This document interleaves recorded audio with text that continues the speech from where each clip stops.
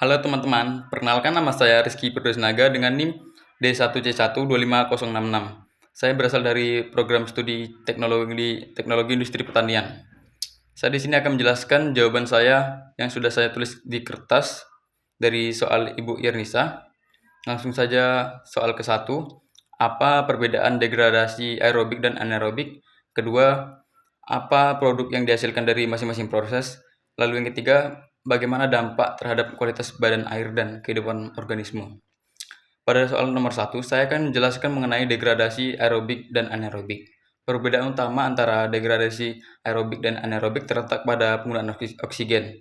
Kalau degradasi aerobik, mikroorganisme membutuhkan oksigen untuk menguraikan bahan organik. Karena itu, proses ini terjadi biasanya pada perairan yang masih memiliki kandungan oksigen yang cukup. Misalnya sungai yang alirannya lancar. Sedangkan degradasi anaerobik terjadi tanpa adanya oksigen. Proses ini biasanya berlangsung pada dasar sungai yang berlumpur atau perairan yang sudah tercemar, sehingga kadar oksigennya sangat rendah. Kemudian, untuk produk yang dihasilkan pada proses anaerobik, hasilnya berupa karbon dioksida, air, dan biomasa mikroorganisme. Sementara pada proses anaerobik dihasilkan metana, karbon dioksida, amonia, dan hidrogen sulfida yang biasanya menyebabkan bau tidak sedap. Nah, dampaknya terhadap kualitas air juga berbeda. Proses aerobik cenderung lebih baik karena membantu menjaga kualitas air dan mendukung kehidupan organisme seperti ikan. Sedangkan proses anaerobik dapat menurunkan kualitas air karena menghasilkan gas berbau dan senyawa yang berpotensi beracun bagi organisme perairan. Lanjut ke soal kedua. Apa perbedaan perbedaan baku mutu air bersih, air minum, dan badan air? Kedua, sebutkan parameter yang memiliki batas berbeda beserta alasannya. Lalu yang ketiga, mengapa fosfat, merkuri, dan amonium sulit dihilangkan oleh instalasi pengolahan air standar? Selanjutnya, pada soal nomor 2 tentang baku mutu air.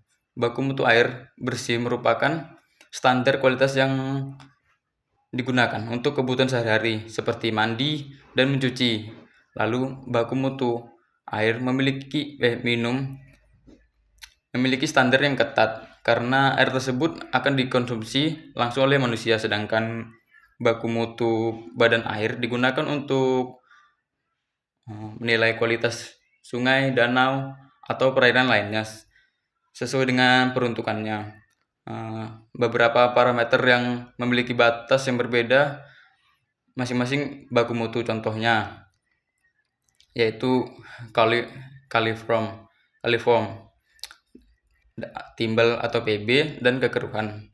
Untuk kaliform pada air minum jumlahnya harus sangat rendah karena dapat menyebabkan penyakit.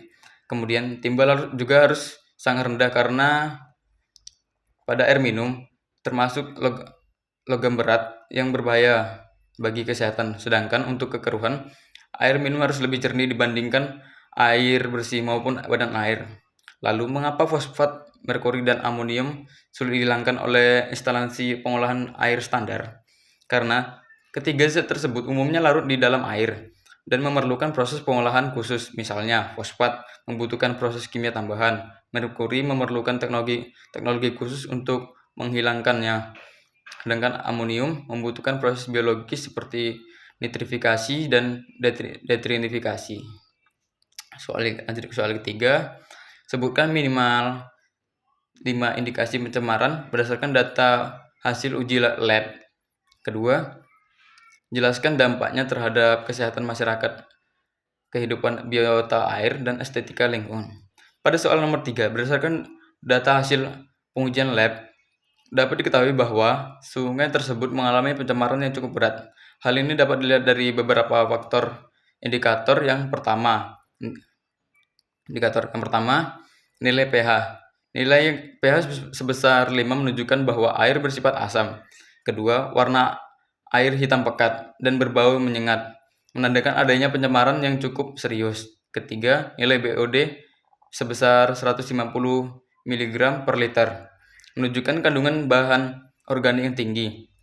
Yang keempat, nilai COD sebesar 400 mg per liter, juga menunjukkan tingginya tingkat pencemaran. Kemudian kadar DO hanya 0,8 mg per liter, yang berarti kandungan oksigen di dalam air sangat rendah. Selain itu, ditemukan juga timbal atau PB dan sianida yang merupakan zat beracun.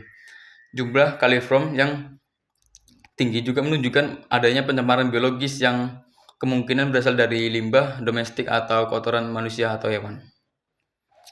Dampak kondisi dari tersebut cukup besar bagi masyarakat. Air sungai dapat menyebabkan gangguan kesehatan seperti diare, iritasi kulit, keracunan. Bagi biota air, kadar oksigen sangat rendah dapat menyebabkan kematian ikan dan organisme. Sementara dari estetika air lingkungan, warna yang hitam dan bau yang menyengat membuat lingkungan menjadi tidak nyaman dan mengurangi keindahan sungai. Jadi dapat disimpulkan bahwa sungai tersebut mengalami pencemaran berat dan memerlukan penanganan agar kualitas airnya dapat kembali membaik. Sekian dari saya. Apabila ada kata-kata yang kurang enak didengar, saya mohon maaf. Sekian, terima kasih.